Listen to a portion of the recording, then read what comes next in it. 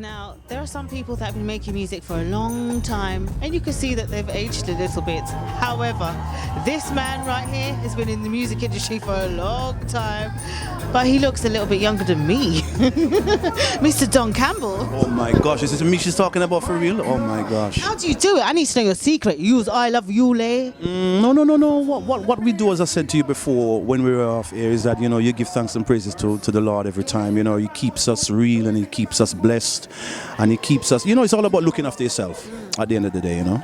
I don't smoke, I don't drink, so, you know, but I suppose at the end of the day, really, it's all about keeping positive. Being positive is the key. How you feeling so far? No, man. I'm sure this Giants of Lovers Rock in its 9th year. I have to big up Orlando, doing a very, very, very wonderful job. You know, respect to him every time. Let's go.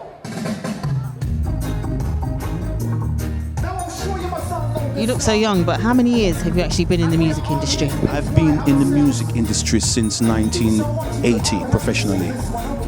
1980, when I was in a band called Undivided Roots. And then in 1991, I went solo. By around 1994, I came out with Seat in Your Eyes. Well, not me personally, but as a good friend of mine who passed away, but his name's Trevor T, had Juggling Records at the time. He approached me to voice the Love Bump Rhythm, which I voiced, and that's how Seat in Your Eyes was born. So Seat in Your Eyes was around 1994, was on the reggae charts for about 11 to 12 weeks straight. So yeah, we carry on with what we do, and we keep positive about it, you know.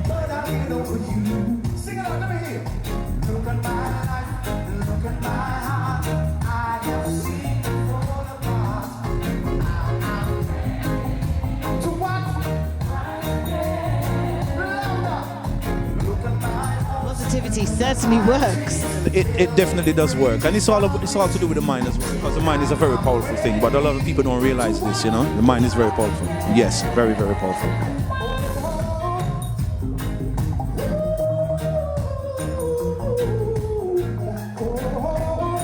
Have you performed at the Giants of Lovers Rock numerous times before? This your first time? I've performed at the Giants of Lovers Rock a few times. Well, yeah. There's one or two I've missed, but definitely last year and the year before, and obviously this one here. But you know, you can see the progress each time, and it's getting bigger, as you can see from the crowd out there, and the audience is wonderful, very wonderful. You know, they react with we the artists.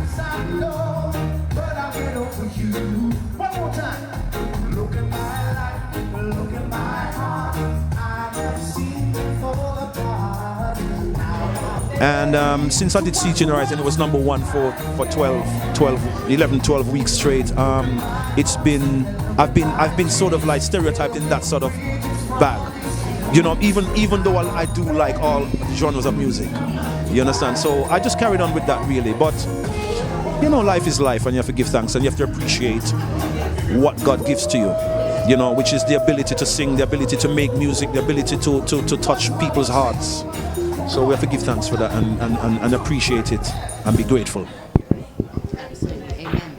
So you are still performing, which you know because you're here live tonight. Are you still writing music and making music? I'm doing a few projects myself, as well as doing some stuff with other producers. Now I've got a long-time friend who I used to go to school with called Bubblers. And he plays keyboards. He's in the band. I used to be in Undivided Roots up until even to this day. But we grew up together, and he's a very good producer. I did a song with him called Dance With Me. It's on New Edge Music. Many people, I think most people have heard it already anyway. And I've done another song called Like You with another producer called Deanie. Fire Elements, Gorilla Music, which people can get online, you know, and everything. Bubbler's one is obviously on his own website, which is www.newedgemusic.co.uk. You can purchase it on his own website, you know.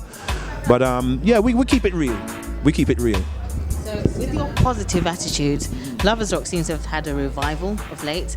Where do you see, or where would you like to envisage Lovers Rock music taking off to and going how far?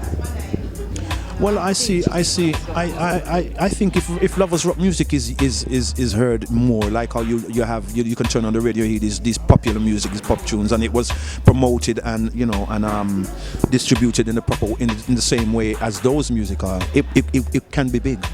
It can actually be big. I mean, it depends on how you want to go about it, or what you want to fuse it with. And it also depends on who is behind the scenes. Whether there's a company involved, and but I don't think it's heard as much as it should be, out there worldwide. But it is, but not as much as it should be. And I think it can be very big.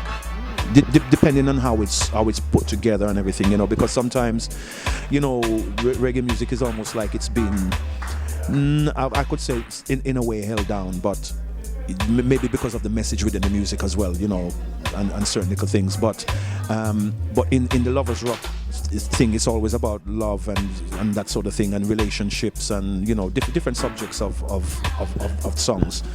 But the whole universe is based off of love anyway. We can't, without love. Where would Where would we be without love? Would we be without love? And where would we be without Lovers Rock? Where would we be without lovers rock? So I always sing for the ladies, You sing for the ladies. Will you sing for the ladies now? Will you look into our camera and sing for the ladies? I know that I've done you wrong, baby, but I'll make it up to you. Girl, I know that I've done wrong, and I didn't treat you right, honey. I know that I still love you, and our future's bright. You don't tell me that you love me, but you tell all your friends. Woo, baby, why don't you tell me when I'm close to you? 'Cause I can... They know the rest. See, she's singing. God bless you. It's lovely speaking with you. Thank you so much. God bless you each and every one.